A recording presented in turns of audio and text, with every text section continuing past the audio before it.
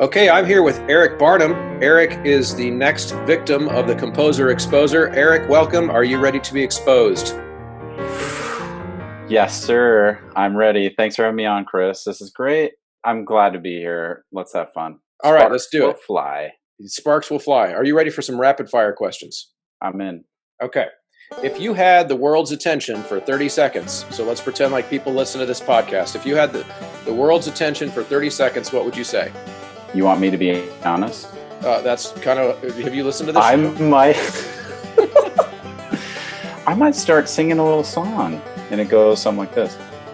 Jesus loves me, this I know. I might do that.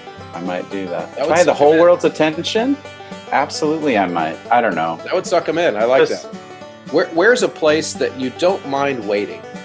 Where I don't mind waiting, weirdly enough, is before a concert.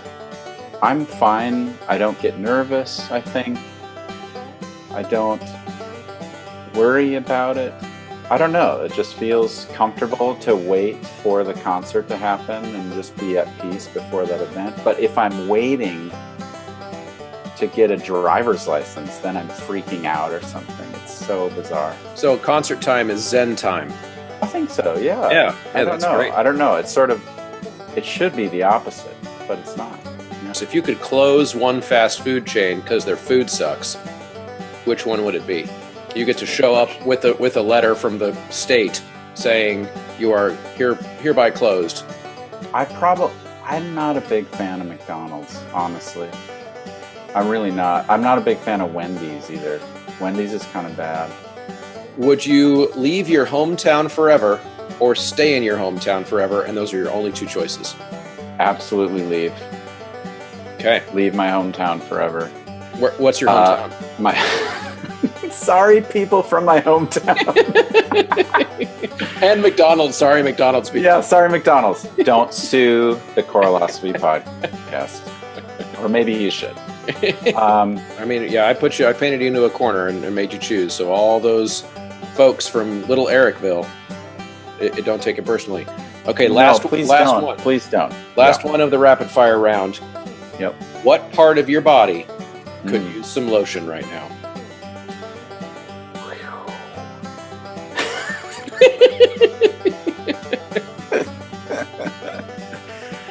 I'm going to play it safe, Chris.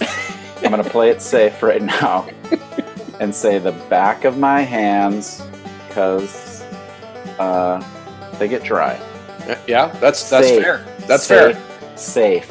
All right, you survived. This is a family show, Chris. Well, it is. I can always toggle the explicit versus clean yes part for each episode. That works. Yep. All right, so thanks for partaking in that. That's always a risk because I don't let you see the questions ahead of time. You survived. Can I ask you a rapid fire question? Sure. All right. What is? I'm just thinking this up right now. What's the worst thing you've ever stepped on? The worst thing I've ever stepped on? Oh, easily a fish hook with a bare foot on a boat while fishing. That was barbed the whole thing, and so trying to get it back out the other end was. Oh. Yeah, it was bad. Did you get a tetanus shot? Oh yeah, I was probably 11. But okay. I can remember it. Like, I mean, I became an adult. I became an adult on that day, Eric. Yeah, you did. Yeah, that was it. Was there blood? Oh, Who got it out? What, yeah, your dad? My dad got it out. Actually, it might have been my grandpa, but some old man got it out. Yeah. Some old guy I'm related to intimately, I guess. That's right. Okay, so let's talk about Graphite. We're gonna you publish quite a bit of stuff on Graphite Publishing, and I've got a few of your scores from there before, but I want to hear if there was one piece on there that you love that means something to you that you just want as many choir directors as you possibly can to know about it. Of course, like we know that it might be because people might buy it, but like what's your passion score on there? Well, can I set this up a little bit? Sure. To say first, very lucky to have a connection with Graphite. I was lucky enough to know them even before Graphite, and got a chance to talk to Jocelyn and Tim about graphite even before it was made, and feel lucky to be a part of this. And graphite to me is a place where I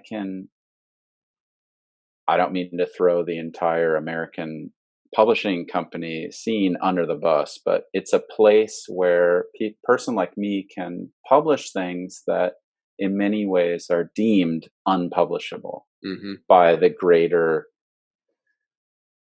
powers. There's a piece on graphite called Corpus Christi Carol, and it has a poem was deemed too bloody. And the reason why is that it's the Corpus Christi Carol, which has a text talking about dogs licking the blood from the night. That was, this old anonymous poem. And yeah, it's a bit bloody to say, because it has the word blood in it. Yeah, well, I'll say, since you don't want to name a favorite, I will. Go ahead. Your In Paradisum on there is it's so juicy.